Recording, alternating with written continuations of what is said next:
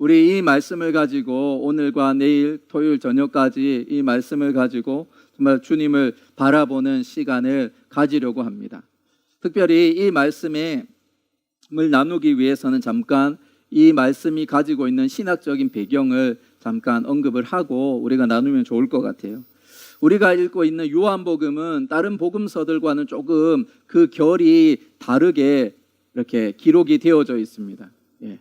그리고 특별히 요한복음 속에는 예수님께서 자신이 어떤 사람이다라는 것을 이렇게 단정적으로 선포하는, 선언하는 그런 말씀들이 있어요. 우리 한번 자막을 한번 보여주시겠습니까? 자막을 한번 보여주시면, 예수님의 자기 고백이라고 해서 나는 무엇이다 라고 하는 이 고백이 요한복음에 보면 여러 구절 속에서 나오는데 총 정리하면 7가지가 되어집니다. 우리 1번부터 내용만 한번 같이 읽어봅시다. 시작. 나는 생명의 떡이다. 나는 세상의 빛이다. 나는 양의 문이다. 나는 선한 목자다. 나는 부활이요 생명이다. 나는 길이요 진리요 생명이다. 마지막으로 나는 참 포도나무다. 지금 이 선언은 그냥 그렇구나 자기를 설명하는 그런 표현으로 여기어도 될지 모르겠지만 이 말 속에는 좀 중요한 신학적인 배경이 담겨져 있어요. 그래서 우리가 포커스를 맞추는 것은 저 노란색 글씨 그 내용을 포커스를 맞추기도 하지만 그것보다 먼저 출발점은 뭐냐면 나는 무엇이다 라고 하는 그 표현이라는 거죠. 그래서 그게 대수롭지 않잖아요. 그냥 표현하는 그 구절이라고 그런 표현 방식이라고 이야기를 할 수 있는데 한번 그 다음 자막을 한번 보여주면 이 나는 무엇이다 라고 하는 이 자막이 헬라어로 뭐냐면 에고에임이라고 합니다. 에고에임이라고 하는데 에고라는 것이 이제 나는이고 에이미가 이제 비동사로 무엇이다 라고 이렇게 이야기를 하는데 그냥 평범한 표현이죠. 평범한 이 표현인데 이 표현이 무엇을 나타내냐면 하나님이심에 대해서 보여주는 표현이라는 거죠. 그래서 우리가 볼 때는 아주 그냥 평범한 표현처럼 보여지는데 이 표현은 하나님이심을 증거하는 표현이라는 거예요. 그래서 예수님이 십자가에 달려 죽으셨던 그 죄목이 뭐냐면 신성모독이에요. 신성모독. 그래서 유대인들이 볼 때는 하나님은 한 분밖에 없는데 왜 자신을 하나님의 아들이라 그렇게 이야기하냐, 자신을 하나님이라고 이야기하냐, 그러면서 신성모독을 하는 거다라고 하면서 죄목을 뒤집어 씌워서 십자가로 몰아갔었습니다. 그런데 지금 이 에고에임이라고 하는 이 표현 자체가 뭐냐면 나는 하나님이다라는 것을 보여주는 표현이라는 거예요. 그 이제 이유가 뭐냐면 창세기 3장 14절을 한번 우리 보여주시면 창세기 3장 14절에 보면 출애굽기 3장 14절을 보면은 이 모세에게 하나님께서 나타나셔서 내 백성 이스라엘을 애굽에서 이집트에서 탈출시켜라 라고 말합니다. 그때 모세가 하나님께 그러면 이 백성들에게 하나님을 어떻게 설명을 해야 됩니까? 하나님이 누구시라고 이야기를 해야 됩니까? 라고 이야기를 할 때 하나님께서 말씀해 주신 게 뭐냐면 나는 뭐라고요? 스스로 있는 자다. 그래서 영어로는 I am who I am 이렇게 표현이 되어지는데 나는 스스로 있는 자다라고 자기를 드러내시는 거예요.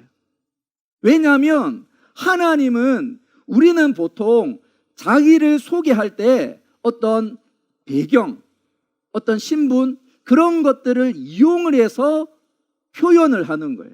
그래서 제가 최광일 목사다라고 할 때는 저의 이름이라고 하는 것이 있지만 또한 뒤에 목사라고 하는 그 타이틀로 저를 나타내기도 하고 아니면 누구 집 아들이다 이렇게 이야기를 하면서 나를 소개한단 말이에요.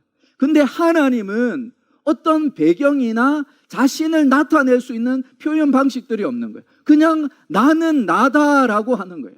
그걸 이제 조금 이해하기 쉽게 표현한 게 이제 나는 스스로 있는 자다라고 하지만 히브리어로는 뭐냐면 나는 있는 자 곧 있는 자다 이렇게 표현이 되어져 있어요. 그리고 그 표현이 이제 이 히브리어 성경이 헬라어 성경 70인역으로 번역이 되어질 때 나타나는 표현이 뭐냐면 나는 스스로 있는 자다라고 할 때 그때 에고 에임이라고 하는 독특한 표현이 사용되고 있는 거예요. 그래서 예수님께서 나는 무엇이다 라고 이야기할 때 에고 에이미라는 이 표현을 할 때 유대인들이 들을 때는 이 구절이 생각이 나는 거예요. 네가 하나님이라고? 예수님은 나는 나다라고 이야기를 하면서 그 하나님인데 오늘 14장 6절에서는 그 하나님이 너희들에게 있어서 길이 되고 진리가 되고 생명이다 라고 선언을 하고 있는 거예요. 그래서 에고 에임이라고 하는 그 표현 속에 나는 하나님이야. 나는 하나님으로 너희들에게 있고 그 너희들에게 길이 되어지고 진리고 생명인 분으로 내가 하나님으로 여기에 서 있는 거야 라고 선언을 하고 있는 거예요. 그리고 이 선언은 이 땅을 살아간 그 수많은 사람들이 자신은 누구인지 제대로 알지 못하면서 살아갔던 그 인생의 많은 그런 기록들 속에서 두드러지고 독특한 표현이라는 거예요. 자신이 누구인지 분명하게 선포하고 있다는 사실입니다. 그리고 오늘은 특별히 길이신 예수 그리스도에 대해서 함께 나누어 보려고 합니다. 우리가 살아가는 이 시대는 많은 사람들이 그런 이야기를 합니다. 너만의 인생의 길을 살아가라 그렇게 이야기를 하고 그러면서 너만의 길이 있으니까 다른 사람들에게 너무 구애받지 말고 그냥 인생에는 다양한 길이 있어. 인생에는 다양한 길이 있으니까 너의 인생 너가 그렇게 살아가 그렇게 이야기를 합니다. 그 얘기를 들었을 때 어때요? 그냥 그럴싸해 보여요. 나만의 길을 걸어가는 거지 굳이 누가 강요하고 가라고 하는 길이 아니라 내가 나로서 독특한 그 삶을 살아가는 것은 당연하다 그렇게 여길 수 있어요. 그런데 다양한 인생의 길이 있다라고 이야기를 하는데 또 우리가 살아가다 보면은 문득문득 떠오르는 생각은 뭐냐면 내가 정말 바른 길을 가고 있는가? 내 인생의 길이 정말 옳게 가고 있는가라는 생각이 들 때가 있다는 거죠. 너무 분주하게 살다 보면 이런 생각조차도 못하고 그냥 상황에 몰려가지고 살아갈 때도 있지만 여러분들이 아마 지금껏 살아오면서도 그런 질문을 던졌을 터이고 또 앞으로도 살다 보면 간혹 드는 생각이 내가 가는 이 길이 옳은 것일까라고 하는 그런 질문 속에 우리는 분명하게 확답하지 못할 때가 많이 있다는 거예요. 다시 말해서 다양한 길이 있다라고 세상은 이야기를 하는데 나는 그래서 나만의 길을 간다고 하는데 내 인생의 길이 옳은가 바른가에 대해서는 확답을 못하는 거예요. 우리 그 유시민 작가 아시죠? 뭐 정치인으로서도 그렇게 일을 했었고 또 보건복지부 장관으로도 일을 했었고 지금은 뭐 정치평론가 또 작가로서 그 일을 하는데 그분이 쓴 책 중에 어떻게 살 것인가 어떻게 살 것인가라고 하는 책이 있어요. 그 책 중에 오늘 주제와 관련해서 그는 어떻게 조언을 하냐면 인생에서 가장 중요한 것은 자기 결정권을 행사하는 거고 그래서 이 자기 결정권이라는 것은 스스로 설계한 삶을 옳다고 믿는 방식으로 살아가는 거다라고 이야기합니다. 다양한 길이 있으니까 너가 생각하는 길로 가. 그리고 그 길로 가는 게 그냥 옳은 거야 라고 이야기를 하는 겁니다.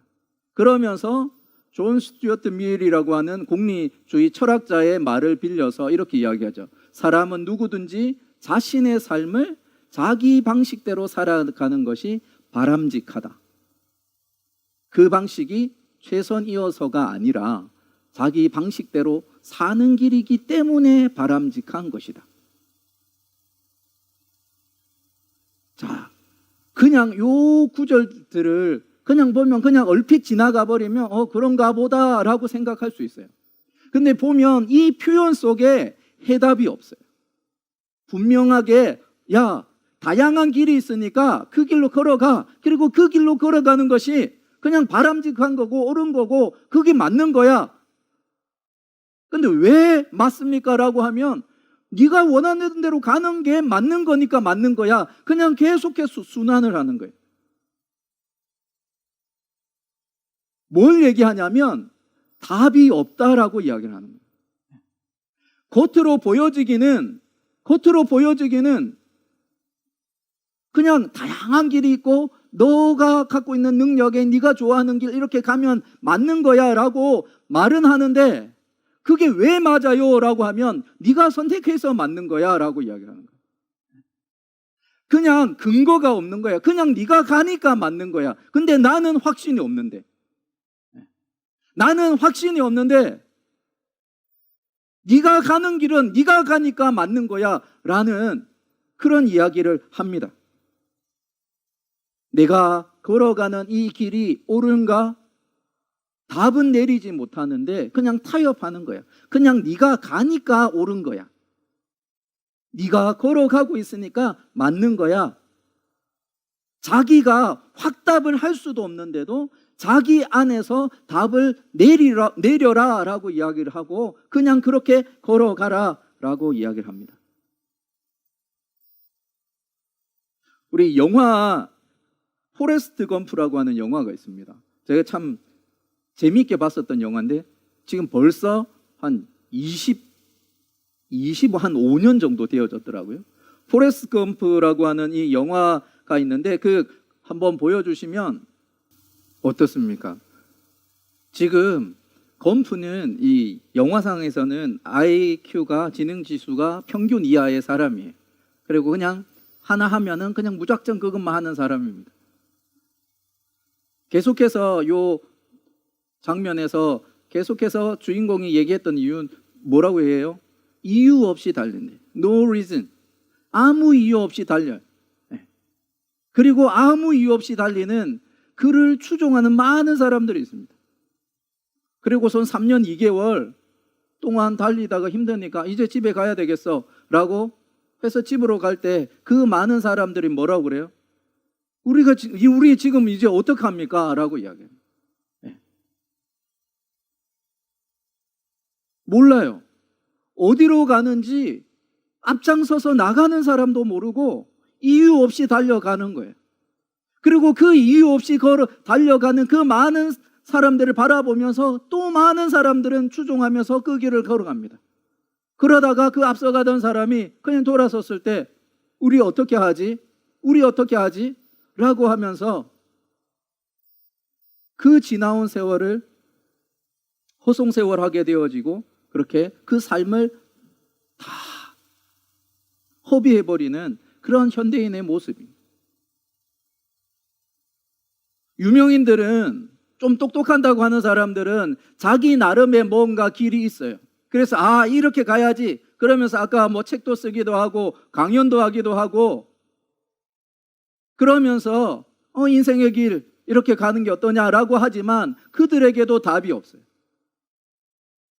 그냥 주어져 있으니까 가는 거예요.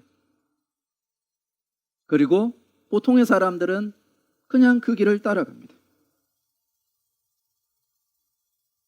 분명한 확신 없이 그 길을 걸어가요. 인생의 길에서 조금 우리가 그 범위를 좁혀서 종교와 관련해서 구원의 길에 대해서 우리가 잠깐 생각해 보면 현대인들은 그렇게 이야기를 해요. 왜 기독교는 그렇게 배타적이냐? 왜 그렇게 니네들만 구원의 길이 있다라고 이야기를 하느냐? 다른 종교들은 다 다양한 길이 있고 각자 자기가 잘 선택해서 그 종교를 따라가면 된다라고 이야기하는데 왜 니네들만 유별나게 구원의 길은 오직 이 길밖에 없다라고 이야기를 하느냐? 그래서 마치 그 이야기를 하죠. 산 정상으로 올라가는데 정상으로 올라가는 그 등산로는 다양하잖아. 다양한 길을 올라가는데 결국에는 정상에 오르게 되어지잖아. 그러니까 꼭 니네들만, 기독교만, 그리스도만 구원의 길이라고 이야기를 하지 말고 다른 여러 길도 있다라고 해야 되지 않느냐. 그렇게 편협하게 배타적으로 그렇게 하지 마라 라고 이야기를 합니다. 그런데 한 가지 그들의 말을 한번 되짚어서 한번 질문을 해보세요. 정상으로 향하는 다양한 길이 있대요. 등산로가 있대요. 근데 그 등산로가 진짜 정상으로 갈 수 있다라고 누가 확신할 수 있어요? 내가 선택한 이 길이 진짜 그 정상을 향하여 올라간다고 누가 확답을 할 수 있냐고요.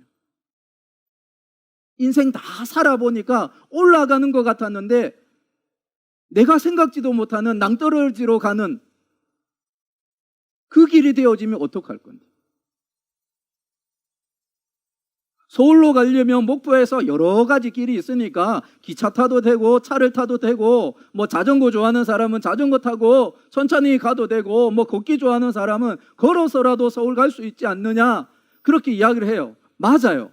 맞는데 우리가 그 길을 가봤기 때문에 서울이라는 곳을 갔었기 때문에 다양한 길이 있구나라고 이야기를 할 수 있는데 신앙의 길에 있어서는 그 정상에 다다른 사람이 누가 있냐고요. 부처도 나는 구원의 길을 모른다, 그냥 안내하는 지시자일 뿐이다 라고 이야기를 하지 자신이 그 길을 갔다라고 이야기를 하지 않아요.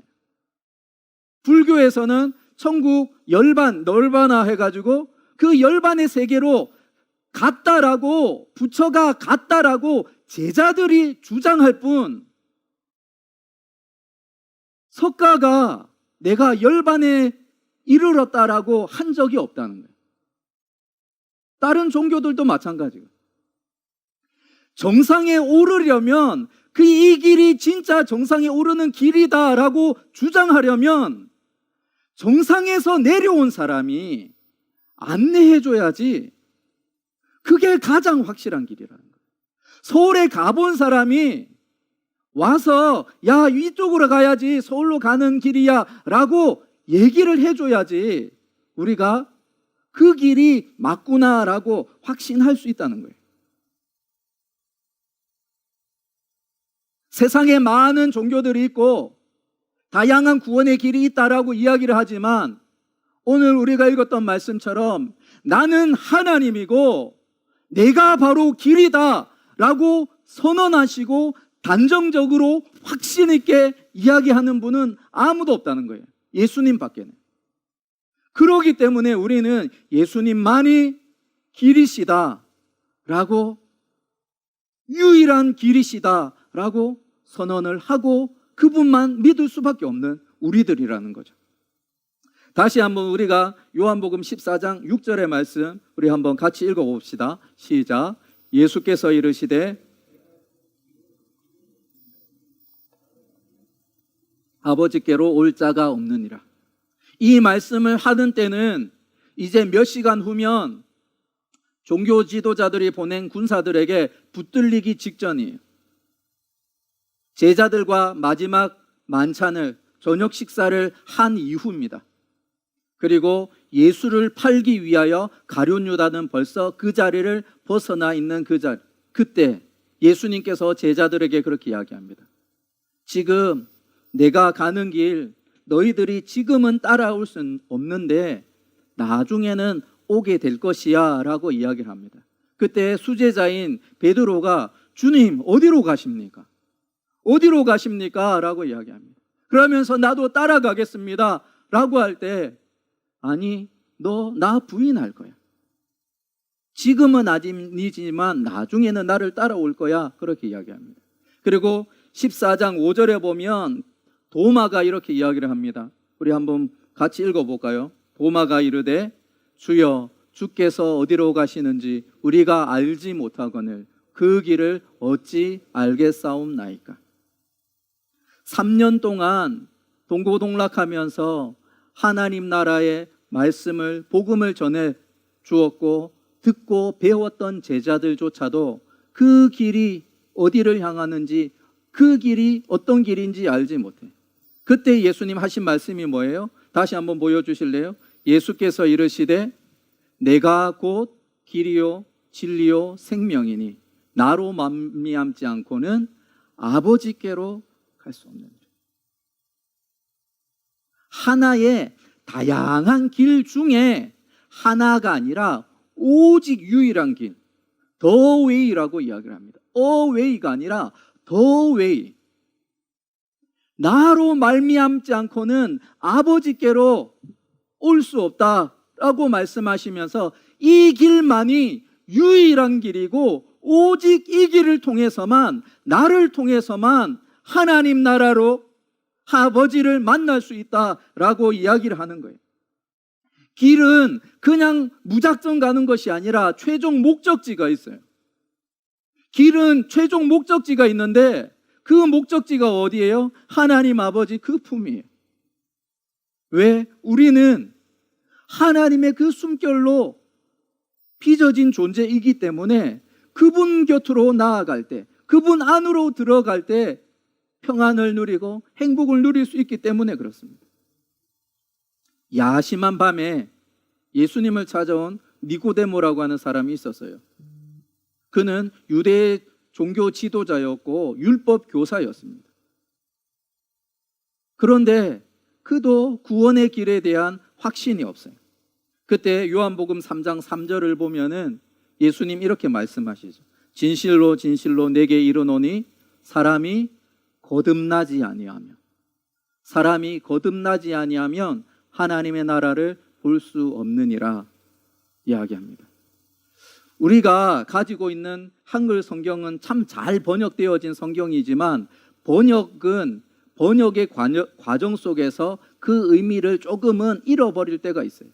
이 거듭난다라고 하는 표현이 한번 다음 장면 보여주시면 아노센이라고 하는 헬라어인데, 이 아노센이라고 하는 말의 의미가 여러 가지가 있지만 특별히 이 문맥 속에서는 크게 두 가지의 의미를 가지고 있어요. 하나는 뭐예요? 다시 또는 새롭게. 그래서 거듭난다라고 한글 성경에서 택할 때는 이 첫 번째 의미를 좀 더 부각을 시켜서 번역을 하고 있는 거예요. 그런데 이 아노센이라고 하는 이 말은 또한 위로부터라는 그 의미를 같이 가지고 있어요. 그래서 왜 그렇게 이야기하냐면, 어떻게 하면 거듭날 수 있습니까? 어머님 몸속에 다시 들어갔다가 나와야 됩니까? 그거는 땅의 방식이. 그 땅의 방식이 아니라 거듭나는 것은 하늘의 방식인데, 물과 성령으로 거듭나지 아니하면 너희가 하나님 나라에 들어갈 수 없느니라, 그렇게 이야기를 하십니다. 그러면서 다시 새롭게라는 그 의미와 함께 위로부터라는 그 의미가 같이 어우러질 때에 이 요한복음 3장의 그 이야기가 니고데모에게 예수님께서 들려주시는 그 구원의 길에 대해서 분명한 의미를 갖게 되어지는 거예요. 거듭난다라는 것은 어머니의 뱃속에서 태어나는 땅의 방식이 아니라 물과 성령으로 다시 새롭게 태어나는 하늘의 방식, 위로부터 태어나는 그 방식만으로만 가능하다는 거예요. 그래서 요한복음 3장 13절을 보면 예수님에 대해서 이렇게 이야기를 해요. 같이 읽어봅시다. 하늘에서 내려온 자, 곧 인자 외에는 하늘에 올라간 자가 없느니라. 예수님 무엇을 이야기해요? 내가 정상에서 내려왔다라고 이야기하는 거예요. 사람들은 야, 다양한 등산로가 있으니까 네 마음대로 택하라 라고 이야기를 하지만, 주님은 야, 그 많은 길은 다 낭떠러지로 떨어지는 길이고 내가 위에서 내려와서 보여주는 이 길이 진짜 정상을 향하여 올라가는 길이야 라고 이야기를 하는 거예요. 그래서 위로부터 다시 새롭게 태어나지 아니하면 너희들은 구원을 받을 수 없다 라고 이야기를 하고 있는 거예요. 내가 길이야 라고 얘기하실 때 내가 그 아버지의 품에서 너희들을 구원하기 위하여 이 땅에 왔기 때문에 나를 통하지 않고서는 너희들은 도무지 그 구원의 길로 나아갈 수 없어 라고 선포하고 계신다는 거예요. 사람들은 야, 인생에는 여러 가지 길이 있으니까 네가 원하는 대로 택하라. 네가 가고 싶은 거 그 길로 가라. 그게 옳은 거야 라고 이야기를 하는데 우리 주님은 뭐라고 말씀하세요? 하늘에서 내려온 인자 외에는 다시금 하늘로 올라간 자가 없어.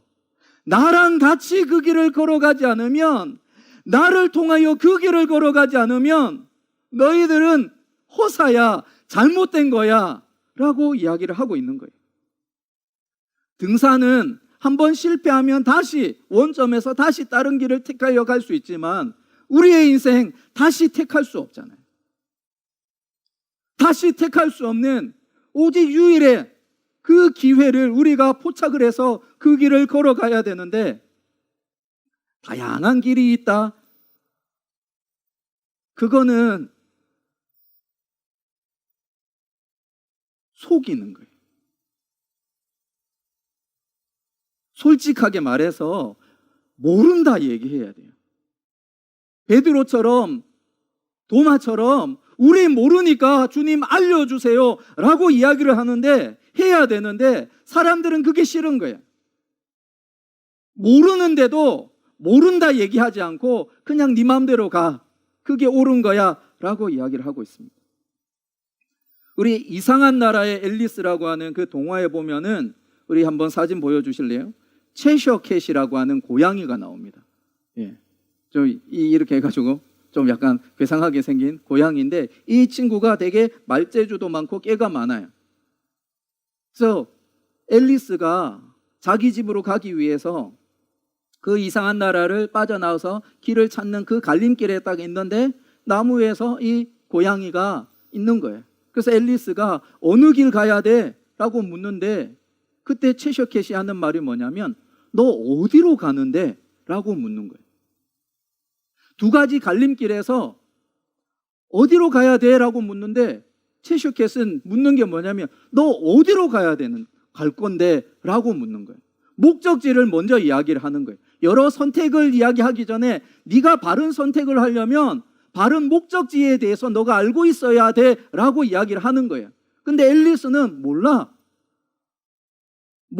라고 이야기를 하니까 이 채셔캣이 하는 말이 뭐냐면 어디로 가는지 모르면 아무 데도 갈 수 없어. 어디로 가는지 알지 못하면 이 길을 택하든 저 길을 택하든 아무 의미가 없다라는 거예요. 현대인의 모습이 바로 그거예요.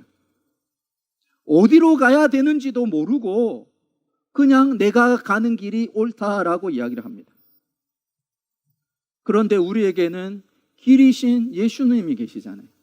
우리보다 먼저 가신, 우리보다 먼저 십자가의 길, 비아 돌로로사, 고난의 길을 걸어가신 주님이 계시잖아요.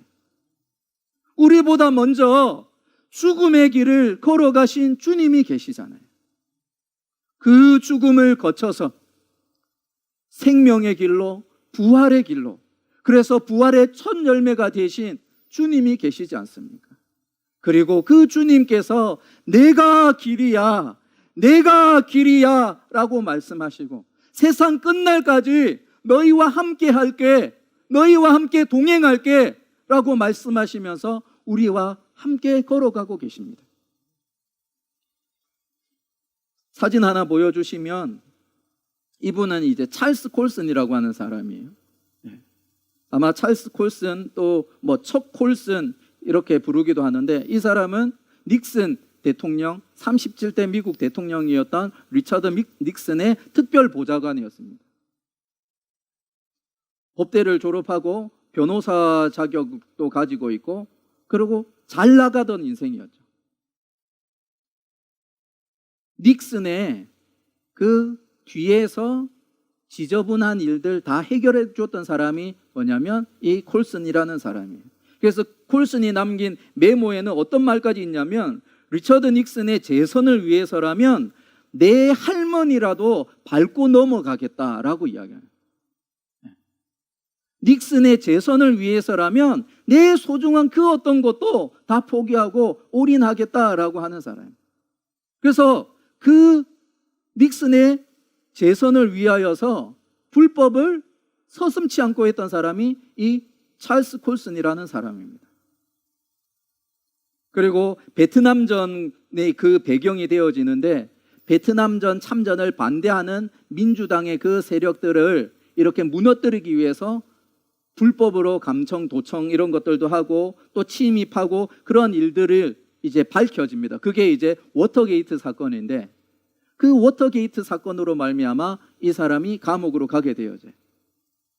근데 감옥에 그 사건이 일어나기 전에, 이미 그 워터게이트 사건이 확실하게 이렇게 드러나기 전에 이미 이 사람은 특별보좌관의 자리를 내려놓고 자신이 변호사 일을 시작하려고 하는데, 그 친구들 중에 예수님을 만난 사람이 생긴 거예요. 그러면서 복음을 전해주고 좋은 신앙서적을 전해주었습니다.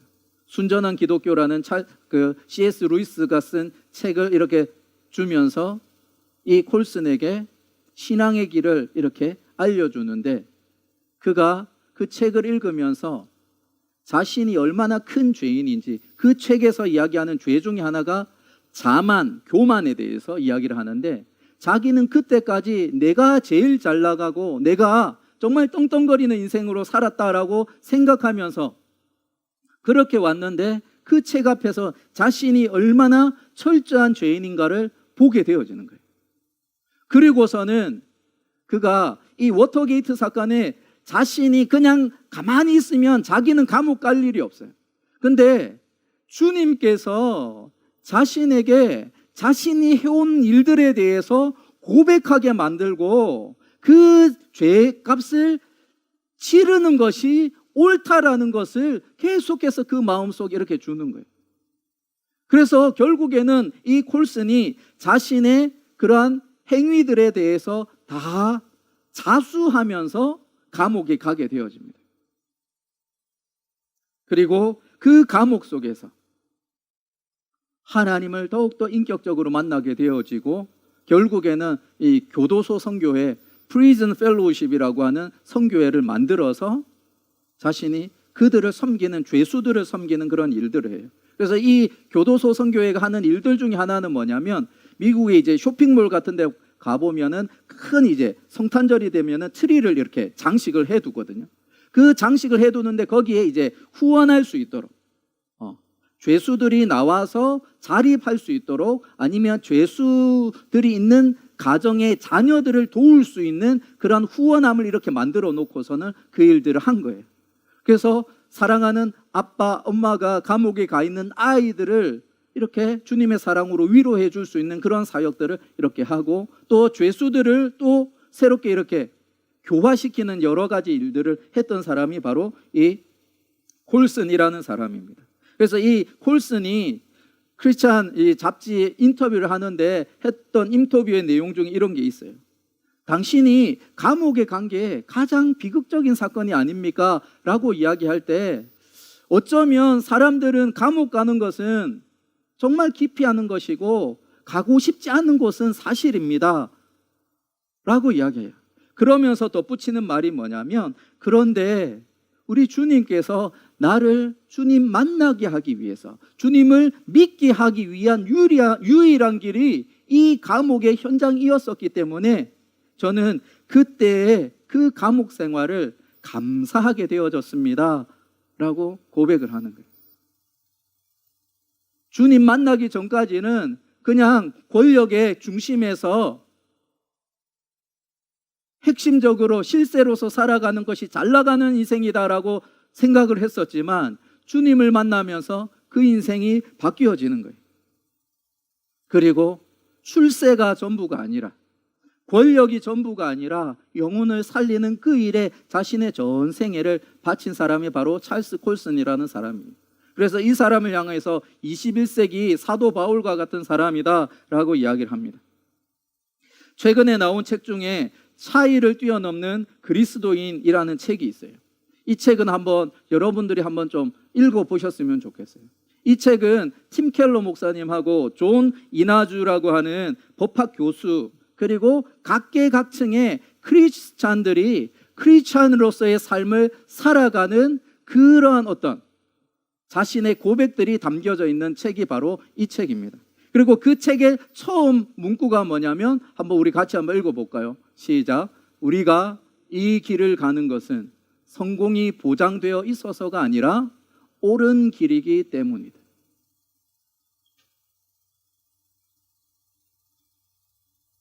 예수의 길을 걸어가는 많은 크리스찬들이 분명하게 확실하게 이 말을 할 수 있는 이유가 뭐예요? 이미 주님께서 그 길을 걸어가셨기 때문에, 가장 확실하고 분명한 그 인생의 길이기 때문에 그 뒤를 걸어가는 믿음의 사람들 또한 이렇게 분명하게 이야기를 할 수 있는 거예요. 주님을 만나지 못한 사람들은 다양한 길이 있지만, 그리고 내 마음대로 그 길을 가고 있지만 그 길에 대한 확신이 없습니다. 그런데 주님을, 길이신 예수 그리스도를 만난 사람은 분명한 확신 속에서 그 인생의 길을 걸어갑니다. 많은 길이 있는 것이 아니라 오직 유일한 한 길이 있습니다. 그리고 그 길을 우리가 걸어갑니다. 우리보다 먼저 가신 주님을 따라 주님의 길을 같이 걸어가십시다. 그 길 끝에는 영광스러운 하나님의 그 품이 있다는 사실을 기억하며, 지금 코로나 상황 속에서 때로는 우리의 신앙을 흔드는 상황 가운데 있다 할지라도